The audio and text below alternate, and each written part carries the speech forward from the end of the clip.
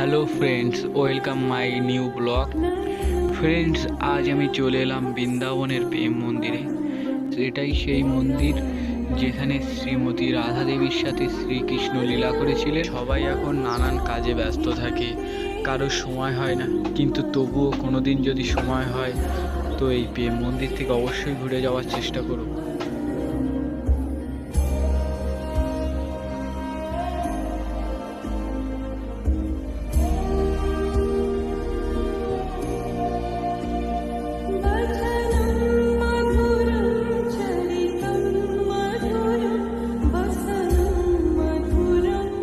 আমি এখন ঘুরে মন্দিরের দৃশ্যগুলো উপভোগ করি, আর তোমরা মিনি ব্লগসের জন্য চ্যানেলটিকে সাবস্ক্রাইব করো।